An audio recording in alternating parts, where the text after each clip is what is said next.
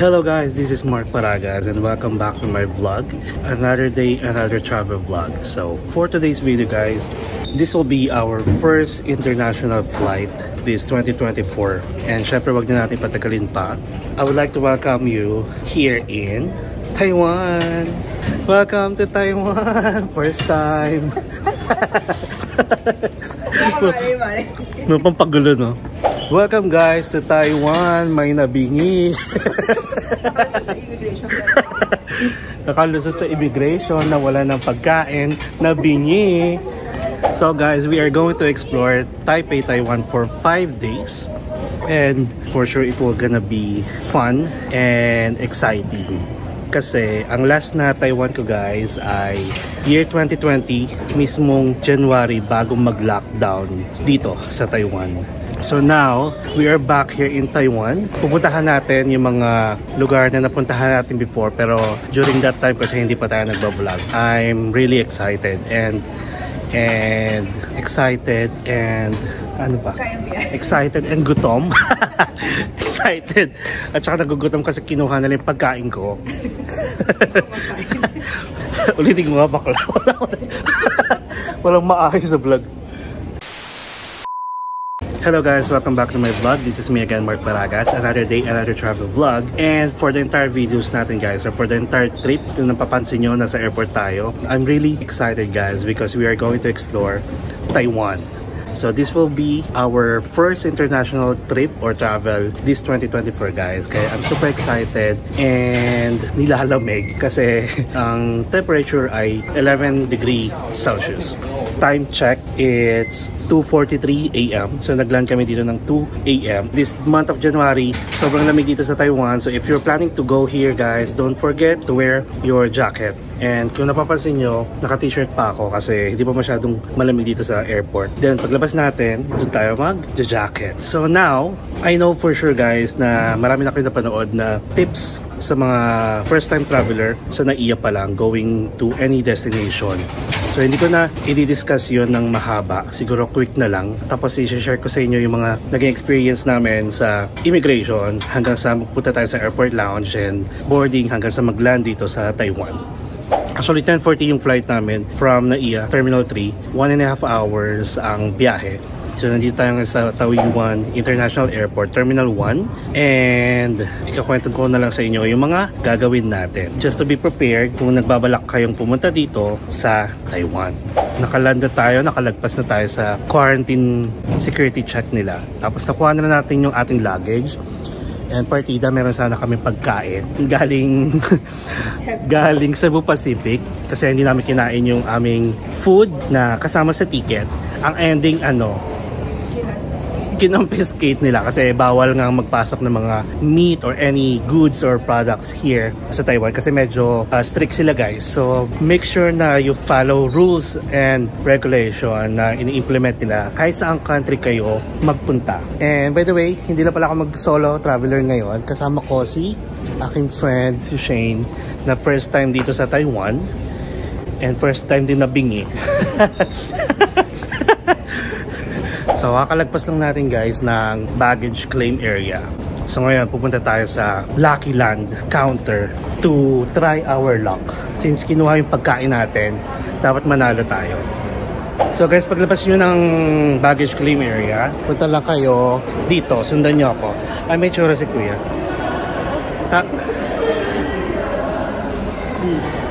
Tapos, and dito meeting si kuya.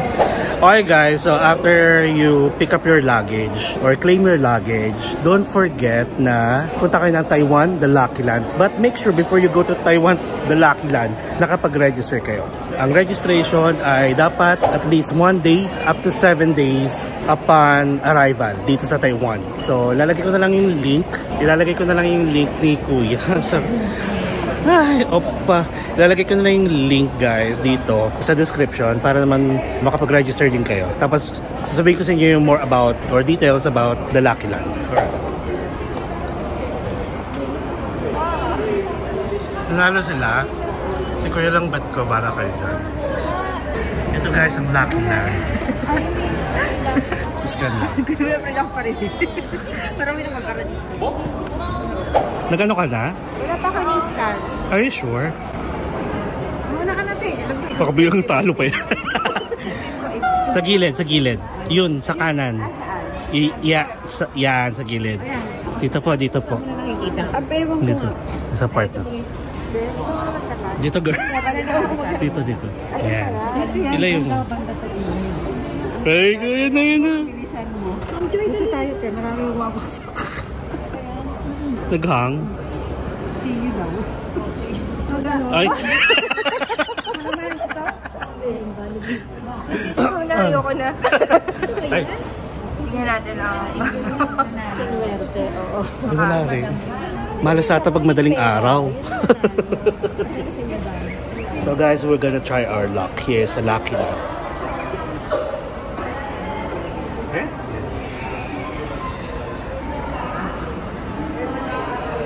Okay, bye. Enjoy your trip na Enjoy your trip. Okay guys, so unfortunately hindi tayo nanalo sa Lucky Land. So parang sabi ni Taiwan, gumastos kayo dito sa Taiwan. So ayun, wala tayong 5,000 NTD. Sayang. Pero syempre good luck sa mga magta-try and congrats sa mga mananalo. By the way, may option kasi kayong kunin yung iPass, iCash, or meron pang isa. Wait lang. So pag magre-register kayo guys, may option kayong, or actually pag nanalo na kayo, may option kayong kunin yung EasyCard, iPass, or iCash na good for mga convenience store, MRT, sa mga bus. So unfortunately hindi tayo nanalo. Again, better luck next time. And mag-e-end pa naman yung kanilang promo, yung kanilang Lucky Land ng 2025, year 2025, I think June 2025. And now, kung wala kayong NTD guys, after Lucky Land, ayan, ito yung Lucky Land. Meron ditong Bank of Taiwan. Pwede kayo dyan guys mag-withdraw using your debit card or credit card kung gusto nyo mag-cash advance, or GoTime kung meron kayong GoTime, and GCash. So we're gonna try to withdraw. Siguro mga budget natin 15,000 NTD para isahang withdraw na lang, isahang charge kung meron man. So as you can see, wala masyadong tao.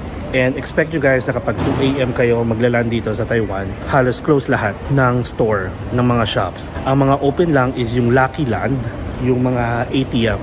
Pero kung mga magpo-purchase kayo ng mga SIM card via Klook, close siya guys ng madaling araw. Kwento ko na lang sa inyo na kung ano yung mga ginawa natin. So guys, I think naman kung napanood nyo yung mga videos natin na mga international travel natin, nagbibigay ako sa inyo ng mga tips and guide na mga dapat yung pagdaanan bago kayo makalabas ng bansa. So ngayon, since international travel na naman tayo, I'll give you the details na lang din, but quick lang siguro. Yung mga important details, kasi nga, napanood nyo naman siguro yung mga travel natin before. Before your flight guys, make sure na nakapag-register na kayo sa e-travel. That's for immigration purposes. At least 72 hours before your flight, or at least bago kayo pumunta ng immigration, kahit on the day, on the spot guys, pagdating nyo na airport, pwede kayo mag-register doon. Basta hindi pa kayo maabot sa immigration. Blue yung mag-generate na itsura ng QR code going out, and then kapag arrival naman, babalik kayo sa Pilipinas, same, e-travel ulit, pero green na yung mag-generate sa inyo na QR code. Now, aside from the e-travel, may mga airlines kasi na nag-a-allow na guys ng online check-in at least 72 hours up to 4 hours before your flight. Kasi mas nakakagaan yun guys sa pagpaprocess ng check-in, lalo na kung mahaba yung pila. Once you are done with the e-travel, once you're done with the online check-in, make sure na mag-alert kayo ng at least 4 to 5 hours. Dapat nasa airport na kayo kasi nandun na yung mga chances na baka traffic, or baka mahaba yung pila sa check-in, or baka mahaba yung pila sa immigration. Once you get to the airport, pwede na kayo agad magbayad ng e-travel tax amounting to 1,620. Available siya guys, yung mga counter kiosk niya sa bawat bay ng mga flights. Meron yun. Next, once you're done with the travel tax, pwede na kayo pumila guys sa mga airline counters ninyo. Like me sa Cebu Pacific, nasa Bay E. So make sure na nagbabasa din kayo kasi meron dun mga domestic bag drop or international bag drop. Since nakapag online check-in na kayo, pwede na kayong dumiretso ng pila sa bag drop guys para kung may mga luggage kayo. Then, you can go straight directly guys sa immigration. Kasi ngayon, immigration baka mahaba pila. Hindi nyo rin alam kung ilang minuto or ilang oras kayo tatagal doon. So after immigration, meron security check doon. Make sure na wala kayong dalang flammable materials, wala kayong dalang any liquid na more than 100 ml. Regardless guys kung malaki yung bottle pero yung laman konti na, basta 100 ml na bottle kasi confiscate nila yon, sayang naman. After nun guys, pag mahaba pa yung oras nyo, don't worry kasi maraming stores, maraming restaurant, maraming shops sa loob ng airport. Pwede rin kayo mag-airport lounge. Katulad ko may access ako sa PAGS Terminal 3 Airport Lounge. Enjoy nyo yung mga food and beverages na ino-offer. So after airport lounge, you can go directly sa inyong mga boarding gate. Tapos wait for the announcement and then welcome to your destination. Suggestion ko lang, if ever na magpupunta kayo kahit saang bansa guys, make sure na you follow the rules and regulation. Kasi may mga bansang strict, lalo na dito sa Taiwan, sobrang strict sila. So make sure you follow kasi wala namang mawawala. And syempre, since tayo yung mga dayuhan, hindi pwede yung sila yung mag-a-adjust sa atin. Kahit small details guys, kasi hindi natin alam kung ano pwede mangyari sa atin kapag hindi tayo sumunod. Tapos make sure din na aware kayo sa mga culture ng isang country kasi makakatulong din yun guys para makapag-adjust kayo. And again, midnight flight yung sa amin. Dumating kami dito sa Taiwan ng 2 AM. Marami pa rin kayo pagdadaanan. Pagdating nyo dito guys, quick na lang din.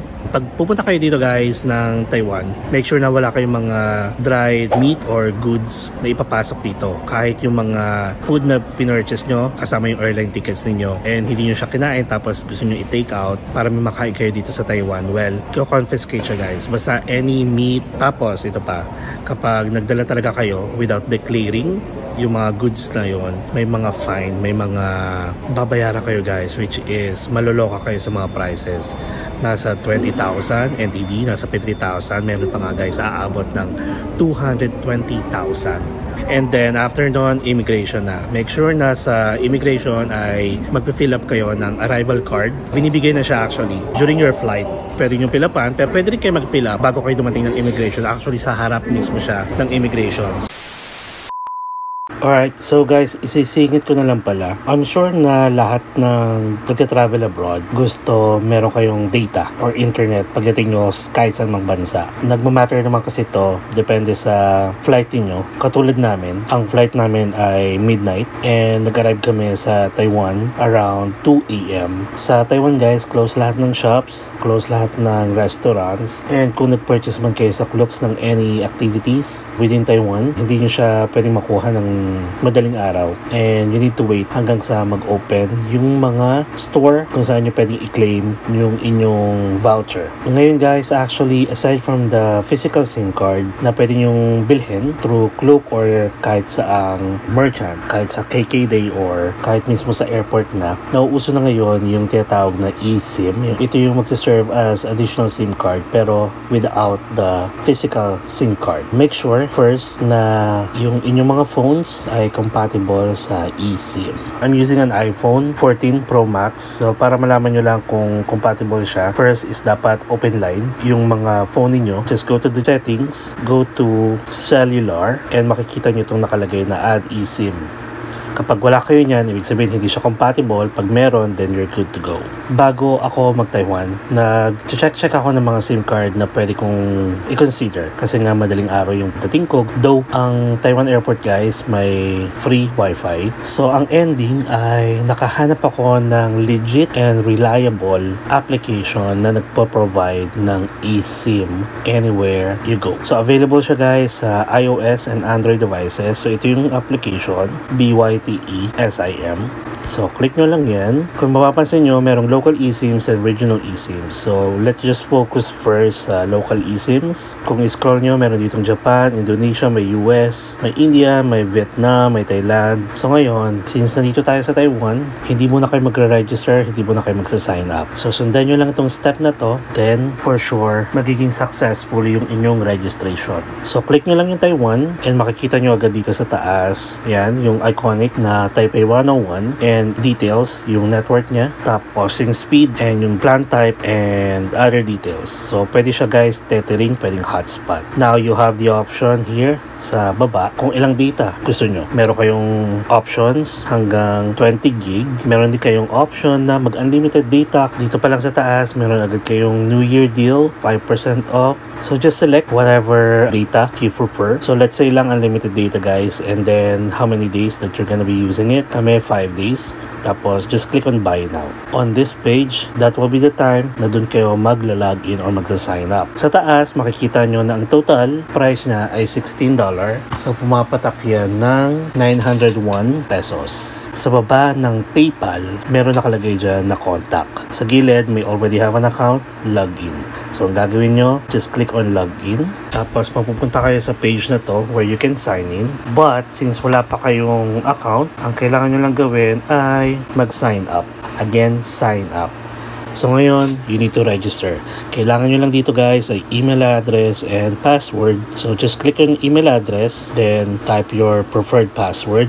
Tapos, wag muna kayong magkiklik ng register kasi as you can see, sa baba ng password merong referral code. Optional siya, but I suggest you click that option, then type my referral code. So, ang referral code ko guys ay C2FNSI3S. And once you register guys, automatically you will get an instant $3. So kapag naging successful guys yung inyong pagre-register, ito yung magiging landing page ninyo. Pero wag muna kayong mag-check out. Huwag nyo munang babayaran yan. So ang kailangan nyo munang gawin is go to my eSIM. Kasi kailangan ninyong i-verify yung account ninyo. So lagay nyo lang yung email nyo dito guys. Yung ginamit yung pang-register. Tapos click nyo lang yung verify account. Check nyo lang yung email nyo, makaka-receive kayo ng OTP. Lagay nyo lang dyan, then click on sign in.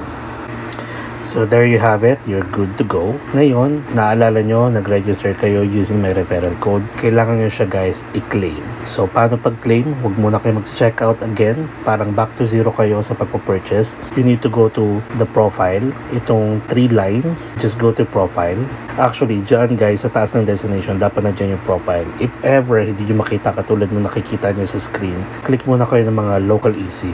Tapos, balik lang kayo sa 3 lines. And then, ayan, makikita nyo meron ng icon for your profile. Punta lang kayo dyan and makikita nyo may personal information, may member, may orders. Go to member and then there you have it. So mapapansin nyo sa ilalim dyan merong $3 USD off coupon. Click nyo lang yung apply code and then automatic once na mag-checkout kayo merong $3 off. So let's try again. So let's go to Taiwan. So select ulit natin yung unlimited data tapos 5 days. So dito, since nakalagi naman kayo, mapapansin nyo dito sa order summary, dating $16, ngayon $13 na lang because of the referral code.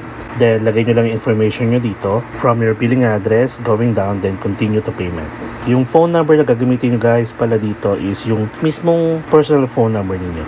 So after nyan, it will require you to make a payment na. So may options kayo, PayPal, credit card, GrabPay, Globe, GCash, DragonPay, or InstaPay. So it's up to you guys kung anong piliin nyo.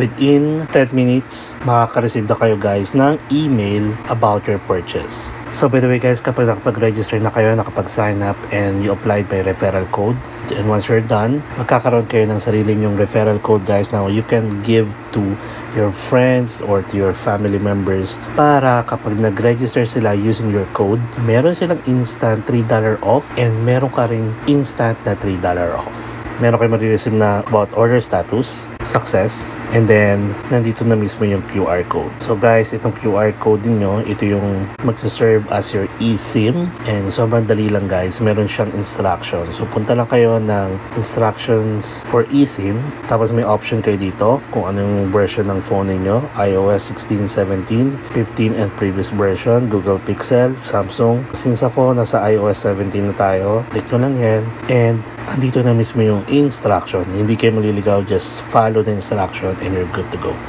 So, ganun lang siya guys, ka-simple. Well, kung may mga question kayo, feel free to comment below and I will be more than happy to help you. And then, watch na lang ulit kayo kung ano yung mga ginawa namin after the immigration.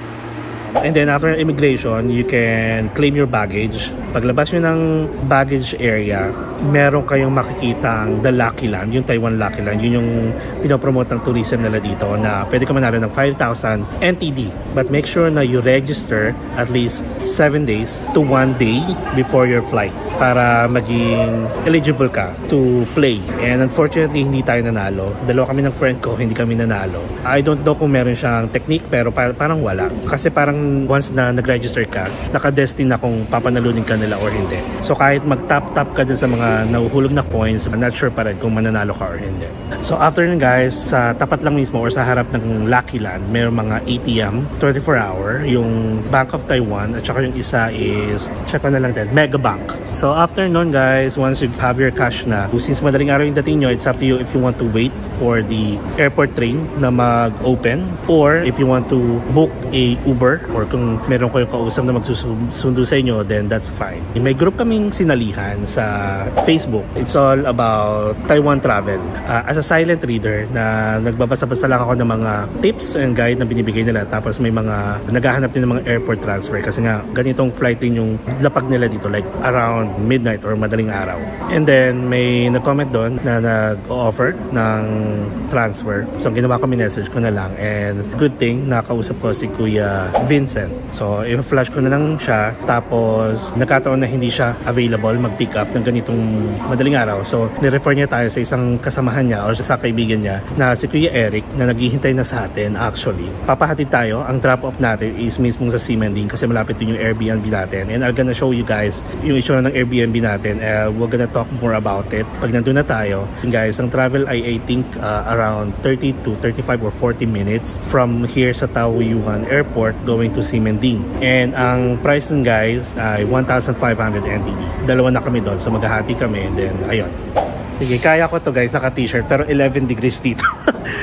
Dito tayo papasundo guys sa Bay 21. Ayan, so ang ating transfer ay si Kuya Eric. Ipa-flash ko na lang yung mga names nila guys. Taga dito sila sa Taiwan na nag-offer ng airport transfer. So kung gusto niyo ng legit, yan, natatry na namin. Go kayo sa kanila kasi for sure maraming mga Pinoy na nagta-travel na ayaw ma-scam. So ayan guys, we're gonna try Kuya Eric airport transfer for 1,500 NTD. So ayan, nakakatuwa guys kasi in fairness, sobrang lamig dito.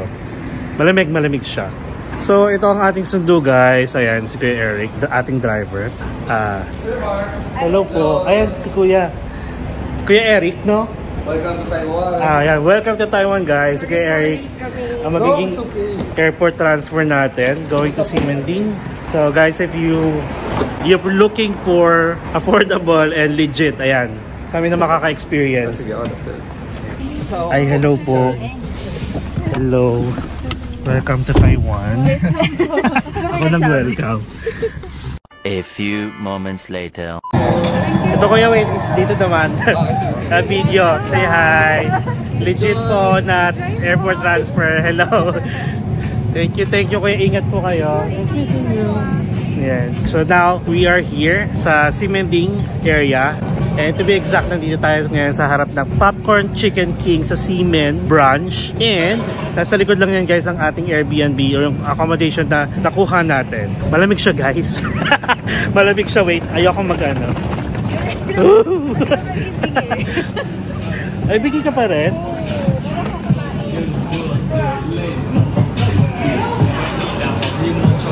So, nag-arrive kami dito 4 AM and we're going to meet yung sa Airbnb natin guys. Ito yung elevator, I think going to our Airbnb. And sabi ng host sa Airbnb, i-chat na lang siya or i-message siya pag nandito tayo kasi kino-close tong door na to 11 PM pero bibigyan kayo ng susi para may access kayo labas-pasok. So actually nag-book kami 1 day ahead. Sinama na namin para automatic naka-check-in na kami pagdating namin dito dahil midnight ang ating flight. A few moments later. Okay guys, so finally, nandito tayo ngayon sa ating Airbnb, sa ating accommodation here sa Simending area. Bigay ko na rin sa inyo details amounting to 25,000, good for 5 days, for 3 people. Nagkataon na hindi natuloy yung isa namin kasama, kaya dalawa lang kaming mag-i-stay dito. So, I would like to welcome you sa Airbnb ni Mr. Black. Sa likod lang siya guys ng Popcorn Chicken King, Seaman Branch, sa 4th floor. So, pag open nyo ng door, aside from this door, meron pa siyang parang pinaka-gate sa labas. Merong sink, tapos meron siyang kettle. Pwede kayong mag-saing.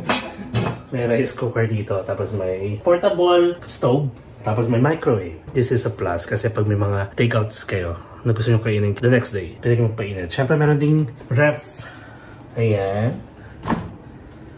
Walang laman.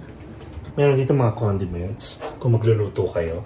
Wala lang siyang free water guys. Walang water dispenser. Tapos, pag bungad nyo, ito na yung inyong pinaka-unit. Dalawang, I think this is a double bed. Dalawa. Tapos itong sofa dito guys, na-turn into bed.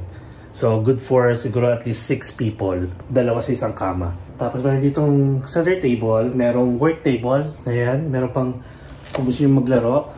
Tapos, on the side, merong TV. Good thing here, yung Netflix account ng may-ari or ng host, nakalagi na dyan. So, pwede kayo mag-Netflix. And then, cabinets. Ayan. More storage. And then, syempre aircon. Kahit malamig dito, may aircon tayo. And balcony. Ano ba to? Ay, sorry. Girl, paano itong balcony? Ay, sorry. Na-open mo ba? Kanina. Nagiging ano talaga, no? Mang-mang. Sige. I'll show you guys yung balcony kapag na-open na namin. Pero ayan. Tapos ito yung CR. Pakita ko sa inyo. Tinawag ulit si Mr. Black. Mr. Black kasi guys yung pangalan ng host. So ito yung CR. Paklawag. So ito yung kama. And then dito naman yung toilet and bath. Perfect. So in fairness guys, sobrang linis oh. Meron kayong bath towels, tapos ito, may hot shower na dyan. May mga free shampoo, conditioner. Tapos syempre ito yung toilet, may vanity mirror, may sink, and then dito yung mga spare tissue na kailangan nyo or mga shampoo, conditioner. Ayan, marami siya guys. And in fairness guys, I highly recommend this Airbnb guys kung naghahanap kayo kasi pag nag-hotel kayo, mas mahal. So I think yung amount na Airbnb na to, for 5 days, good for 3 people, up to 6 people is enough na pwede nyo paghati-hatian. Kasi maganda naman guys yung place. Ayan, ganyan siya. And in fairness, sobrang bait nung host. Tapos, may mirror pala dito. Sobrang bait ng host. Mamimit nyo siya kahit madaling araw kayo darating dito guys. Willing siya maghintay sa inyo dito sa apartment. And then, bibigyan kayo ng mga tips at saka mga list of restaurant and shops na pwede nyong itry. O diba, napaka-welcoming nung vibes ni Mr. Black. Si Mr. Black. Pero mabait si Mr. Black, medyo bagets pa. Hindi ko na siya kinuhaan kasi syempre baka nasa ibang bansa tayo, baka hindi sila comfortable na mabidyohan. Magre-rest na kami. We're gonna prepare our things. Tapos rest. Tapos we're gonna start the tour. Syempre hindi ko na sabihin. Pero lalabas muna kami para mag-grab ng something to eat dito sa Family Mart. So yun. Sobrang nice nito guys, kahit hindi pa kami nagtatagal dito, parang wala pa kaming isang oras. The place itself, sobrang linis. And walang bad vibe. At saka maaliwalas yung kulay. Walang bad vibes kung ma-feel. Tapos very accommodating and welcoming yung vibes ni Mr. Black, yung host natin. I think hindi lang ito yung in-host niya. Marami siyang apartment. So ngayon, kakain muna kami bago matulog. Then we're gonna start the Taipei or Taiwan tour paggising. Alright, we're gonna see you guys on my next vlog. And I hope na-enjoy nyo yung mga nakita ninyo. So, if for first time and gusto mo mag-Taiwan, tapos na-excite ka mag-Taiwan dahil nakita mo itong vlog na to, so don't forget to subscribe to my channel and hit the notification bell para updated kayo sa mga upcoming vlogs natin. So, shout out sa mga ka-group namin sa Taiwan for Dummies kasi nakakuha rin kami ng mga great ideas na mga pwedeng gawin at pwedeng puntahan at mga hindi pwedeng gawin at hindi mga pwedeng puntahan dito sa Taiwan. Thank you, and again, see you in my next vlog. Bye!